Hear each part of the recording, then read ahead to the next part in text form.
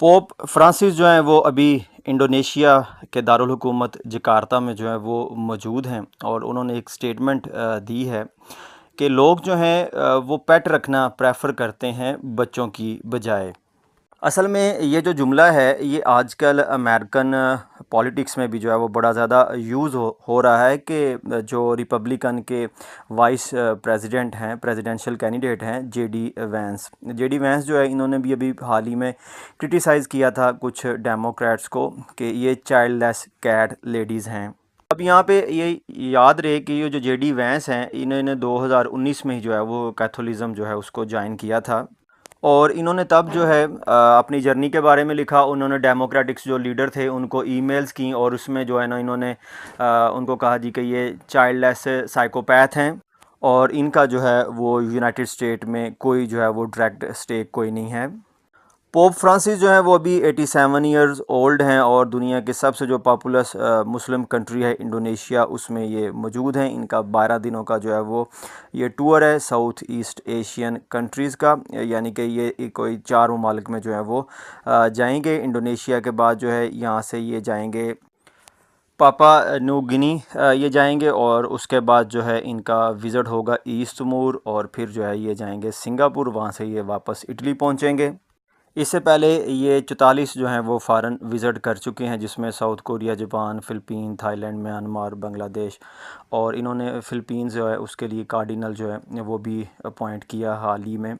और इसी तरह से साउथ कोरिया के लिए कार्डिनल अपॉइंट किया। असल में जो चर्च है इसकी सेंट्रल एडमिनिस्ट्रेशन की जो है वो काफ़ी ज़्यादा कमी है इन कंट्रीज़ में, तो इसलिए जो है ना पोप फ्रांसिस यहाँ का जो है वो विज़िट करते हैं। और जो क्रिश्चियन कम्युनिटी है इंडोनेशिया की वो इसको इस तरह से भी देख रही है जी कि जो पोप फ्रांसिस हैं वो इस उम्र में 20,000 मील का या कह लें 32,814 किलोमीटर का जो है वो सफ़र करके पहुँचे और पोप फ्रांसिस ने भी ये मेंशन किया जी कि मैंने ज़िंदगी में पहली दफ़ा जो है वो 13 घंटे की लंबी फ़्लाइट जो है वो ली है। इससे पहले ये 2013 में जो है इन्होंने अपने इलेक्शन के दिनों में जो है वो इतना ट्रैवल किया था। अब ये जो इनकी स्टेटमेंट था जी कि लोग जो हैं वो पेट रखना पसंद करते हैं बच्चों की निस्बत, तो उन्होंने कहा कि लोगों का ये जो रवैया है इससे हमारी जो ह्यूमैनिटी है वो जो है वो कंप्रोमाइज़ होती है और उसके ऊपर भी उन्होंने दुख का इजहार किया कि पूरे यूरोप में जो है वो लो बर्थ रेट जो है वो चल रहा है और ख़ासकर जो है इटली उसमें जो है बर्थ रेट वो काफ़ी कम है। हालांकि इनकी गवर्नमेंट जो है वो काफ़ी कोशिश कर रही है कि वो ट्रेंड को जो है वो रिवर्स करें। इसी तरह से जो प्रेसिडेंशियल जो हैं कैंडिडेट हैं डोनाल्ड ट्रंप, इन्होंने भी जो है वो इसी बात का जो है वो इजहार किया है कि जो बच्चे हैं उनकी इंसानी ज़िंदगी में जो है वो बड़ी ज़्यादा अहमियत है, लेकिन मॉडर्न वर्ल्ड जो है वो अब इसको जो है वो खो रहा है। और इसके साथ साथ ना क्लाइमेट चेंज के ऊपर भी जो है ना पोप फ्रांसिस ने पिछले कई सालों से काफ़ी ज़्यादा जो है वो काम किया है। और यहाँ पे जो है ना पोप फ्रांसिस ने एक साउथ एशिया की सबसे बड़ी जो है वो मस्जिद है ग्रैंड इमाम ऑफ इस्तिकलाल मॉस्क जो है,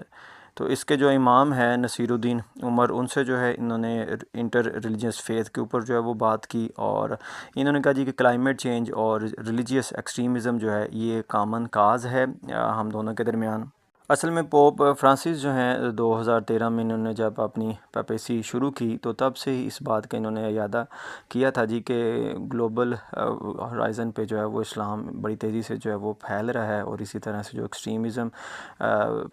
जज्बात हैं वो भी फैल रहे हैं, तो जो क्रिश्चियनिटी है इसको भी कुछ ना कुछ जो है वो करना चाहिए। और यहाँ पे इन्होंने कहा जी कि दुनिया में जो वायलेंस है वो बेसिकली कन्फ्लिक्ट चल रहा है, ये काफ़ी ज़्यादा अलार्मिंग है और मज़हब जो है वो भी इसकी एक बड़ी जो है वो वजह है। तो मज़हब का जो रोल है वो पीस वाला होना चाहिए, वो सेफ गार्ड वाला होना चाहिए, स्पेशली वुमेन के लिए और बच्चों की ज़िंदगी के लिए। इंडोनेशिया का जो जकार्ता है इसका इंतखाब भी इसलिए किया गया कि दुनिया का तेज़ी से जो डूबता हुआ शहर है वो जकार्ता है और अब इंडोनेशिया ने एक काफ़ी एक्सपेंसिव रीलोकेशन का प्लान शुरू किया है कि वो अब जकार्ता की जगह अपना कैपिटल कोई और जो है वो बनाएंगे, क्योंकि आइंदा आने वाले सालों में जो है ये दरिया बुर्द हो जाएगा। और यहाँ पे जो है जकार्ता में ये जो मास्क है इस मस्जिद के बिल्कुल जो है वो साथ कैथोलिक जो है वो चर्च है और पोप ने जो है वो विज़िट किया जिसको टनल ऑफ फ्रेंडशिप कहते हैं, यानी कि दोनों के दरमियान जो है वो एक कॉमन पैसेज है जिससे गुज़र के वो मस्जिद में पहुँचे। और मस्जिद में जो है वो पोप फ्रांसिस ने कुरान पाक की तिलावत भी जो है वो सुनी। और जो कुरान पाक की तिलावत है ये एक यंग ब्लाइंड गर्ल है जिसका नाम है शाकिला, और ये विनर है national Quran recitation competition Indonesia की। अब जकार्ता जो है ख़ाली यही नहीं दुनिया में सबसे ज़्यादा तेज़ी से डूबता हुआ शहर, बल्कि ह्यूस्टन जो अमेरिका का है वो भी दूसरे नंबर पे है। इंडोनेशिया जो है इसमें 280 मिलियन जो हैं वो इसकी आबादी है, और इसमें 87% जो हैं वो मुसलमान हैं, जब बाकी जो 13% है यानी कि 8.6 मिलियन है ये कैथोलिक्स हैं, और कुछ दूसरी जो मिनॉरिटीज़ हैं जिसमें बुत मत है वो इसमें हैं पाई जाती हैं। अब जो इंडोनेशिया है इसकी अच्छी बात है कि ये इतना ज़्यादा एक्सट्रीम जो है वो नहीं है, बल्कि ये इंटर रिलीजन हारमनी पे जो है वो यकीन रखता है। इनकी जो स्टेट आइडियालॉजी है उसका नाम है जी पेनकासिला। पेनकासिला जो है ये इनकरेज करता है रिलीजियस फ्रीडम को और सोशल जस्टिस को। अब इस्लाम जो है वो 13वीं सदी में जो अरब के ताजर थे गुजरात इंडिया से और चाइना वाले जो हैं वो यहाँ पे आए इंडोनेशिया में तजारत की घर से, और फिर यहाँ पे जो है वो सेटल्ड हो गए। जो मुस्लिम हैं जो पहले आए वो जावा में और सुमात्रा जो है वहाँ पे आबाद हुए, और आहिस्ता आहिस्ता इस्लाम जो है वो फैला। और जो क्रिश्चियनिटी है वो पुर्तगीज़ी जो ट्रेडर थे वो अपने साथ लेके आए तकरीबन 15वीं सदी में। और ये मेनली जो है इनके मशरकी जज़ायर हैं उसमें मालोको है, उसमें तैमूर है, वहाँ पे जो है इन्होंने रहाइश अख्तियार की। यहाँ पे एक और फैक्टर भी है जी कि 16वीं फिर सदी में जो डच ईस्ट इंडिया कंपनी थी उसने यहाँ से जितने भी कैथोलिक मिशनरी थे उनको यहाँ से निकाल दिया था। अब ऐसा भी जो है वो बिल्कुल नहीं है जी कि ये काफ़ी ज़्यादा मॉडरेट इस्लामिक कंट्री है, बल्कि 2021 में 2 सुसाइड जो बम्बर थे उन्होंने अटैक किया था एक चर्च को मकासारा में इंडोनेशिया में, और इसमें जो है तकरीबन 14 लोग जो हैं उनकी मौत वाक़या हो गई थी। इसी तरह से 2018 में जो है वो 3 चर्च के ऊपर बम फेंके गए थे और उसमें 7 लोग जो हैं वो मारे गए थे। अब इसमें कुछ जो प्रोविंसेस हैं जैसे आचे है उसमें जो है ज़्यादा स्ट्रिक्ट जो है वो इस्लामिक लॉज पाए जाते हैं। तो ये तो एक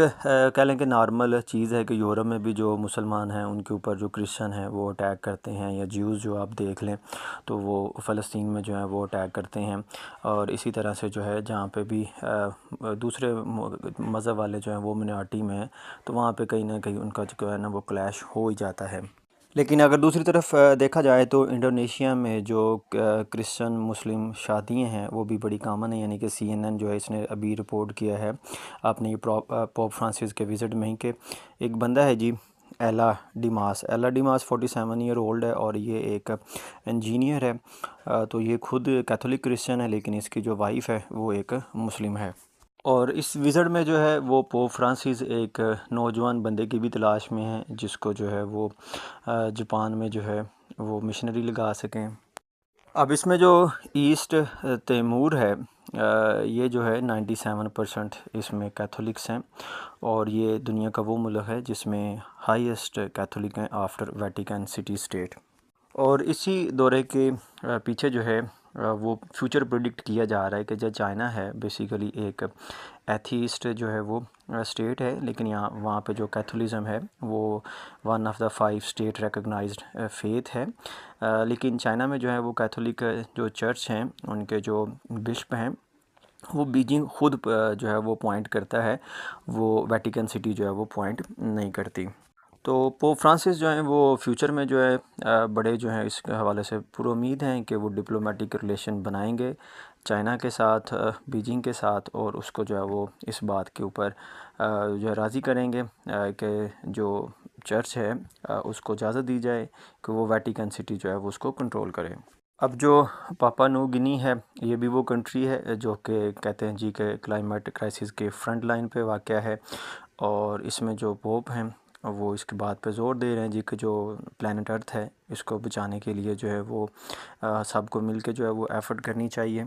अब इस उम्र में जो है इनके साथ एक डॉक्टर और 2 नर्सिस जो हैं वो रहती हैं, और ये व्हील चेयर पे जो है पोप फ्रांसिस वो ट्रैवल करते हैं। बहरहाल इनका जो मेन मोटिव है वो यही है जी कि दुनिया जो है वो क्लाइमेट चेंज को थोड़ा सा सीरियस ले और इसके हवाले से जो है वो काम करे।